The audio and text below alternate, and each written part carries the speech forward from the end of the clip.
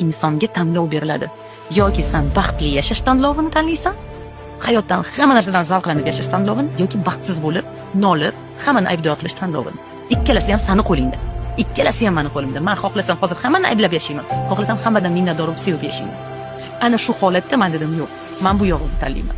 Qancha siz sevgida yashasangiz, qancha siz mehrda yashasangiz, shukronalikda bo'lsangiz, ichkaridan minnatdor bo'lib yashang yaratgan egamga. Har kuni, har sekund nafas olayotgan, ichayotgan suvingiz hamma narsa uchun. Hattoki o'sha yeyotgan ovqatingiz tomog'ingizdan o'tayotgani uchun. Shunchaki sevib, sevgidan rahmat aytib yashang. Sizga shunaqa kuch keladi.